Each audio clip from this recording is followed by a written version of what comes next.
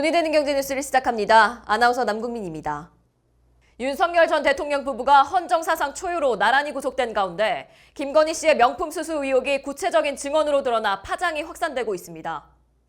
기업 회생 절차를 밟고 있는 홈플러스가 전국 15개 점포 폐점과 무급휴직제 시행 등 긴급 생존 경영체제에 돌입했습니다.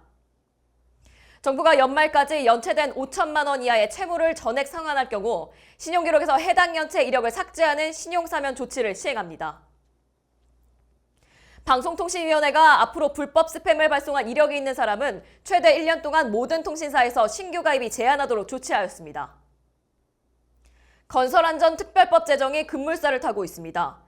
국회 상임위가 이달 21일 관련 법안을 상정할 예정이고 9월 법안 소위 심사도 예정되어 있어 속도를 내고 있습니다.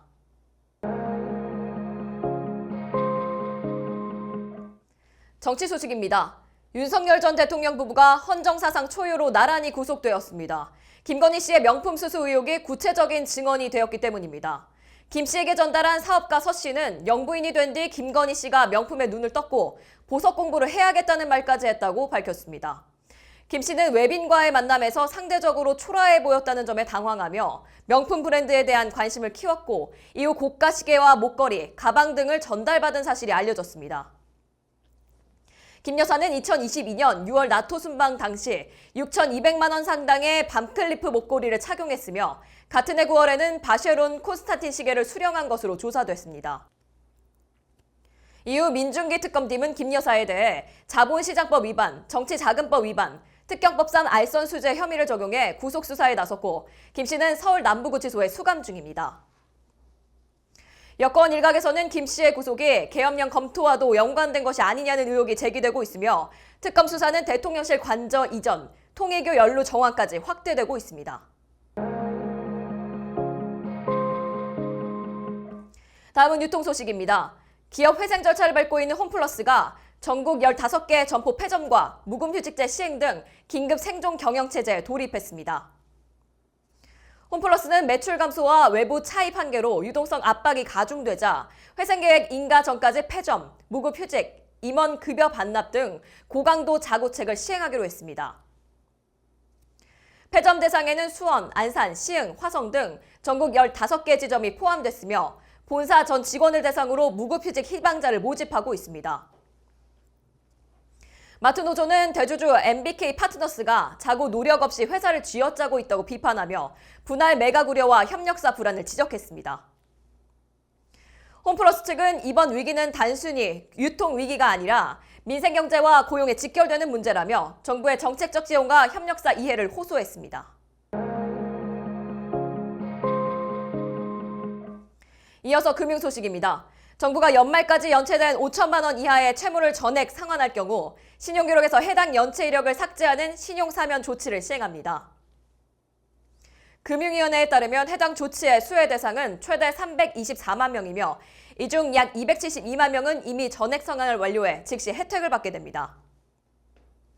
이번 조치의 핵심은 신용정보 공유와 활용 제한으로 정상적인 금융거래 복귀를 돕겠다는 취지입니다. 연체 이력이 사라지면 대출, 카드 발급 등에도 불이익이 사라집니다. 하지만 카드 업계와 일부 전문가들은 도덕적 해이와 고위험 차주 유입 가능성을 우려하고 있습니다. 반복되는 사면 조치가 금융 규율을 약화시킬 수 있다는 지적도 나옵니다. 정부는 신용 사면을 통해 취약계층의 경제활동 복귀를 지원하는 한편 연체자와 성실 상환자의 형평성 논란도 최소화하겠다는 입장입니다. 다음은 생활 소식을 알아보겠습니다.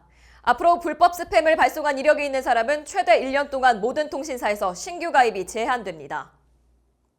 방송통신위원회는 기존 제도 허점을 보완하기 위해 불법 스팸 전과자의 정보를 한국정보통신진흥협회 전산망에 등록하고 이를 통신사 간 실시간 공유하도록 했습니다.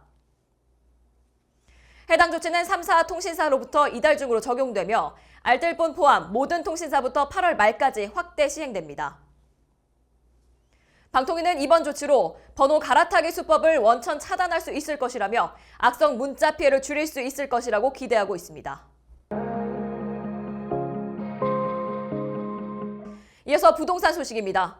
건설안전특별법 제정이 급물살을 타며 국회 상임위가 이달 21일 관련 법안을 상정할 예정입니다. 건설 현장에 중대재해 사고가 잇따르자 정부는 관련 법률을 통합하는 건설안전특별법 제정에 속도를 내고 있으며 9월 법안 소위 심사도 예정돼 있습니다. 이재명 대통령은 안전을 소홀히 한 행위는 미필적 고의에 의한 살인이라며 강하게 비판했으며 CEO 긴급 소집 및 고강도 제재를 예고한 상태입니다. 건설업계는 중복 규제와 매출 기준 과징금 도입, 원청 전면 책임 귀속 등 강력한 규제안에 대해 부담을 느끼고 있으며 제도 반영을 위한 의견 수렴을 요청하고 있습니다. 이와 함께 친환경 인증 의무화가 겹치며 공사비 상승과 공급 지연 등 부동산 시장 전체에 영향을 줄 수 있다는 우려도 커지고 있습니다. 정부는 안전과 친환경 기준 모두를 강화하며 산업 체제를 바꾸겠다는 의지를 밝힌 반면 업계는 인허가 지연, 공정 중단 등 리스크 분산 방안을 강구하고 있습니다. 지금까지 8월 셋째 주 주요 소식을 전해드렸습니다. 지속되는 경제와 제도 변화 속 시민들의 삶과 밀접한 이슈들을 앞으로도 자세히 전해드리겠습니다. 다음 주에 뵙겠습니다. 시청자 여러분들의 많은 관심과 격려는 방송을 만드는 데 큰 힘이 됩니다. 앞으로도 많은 응원 부탁드립니다.